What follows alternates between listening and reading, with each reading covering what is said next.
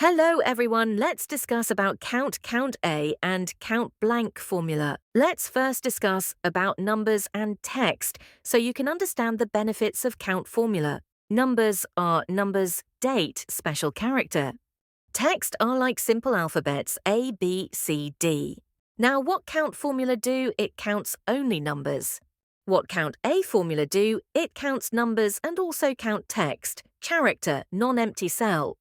What count blank formula do? It counts blank cells or empty cells.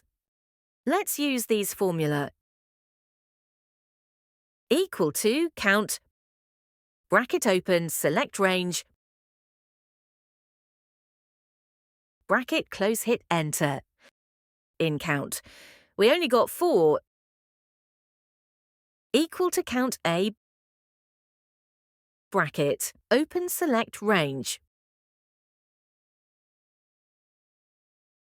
Bracket, close, hit, enter. In count A, we got 5.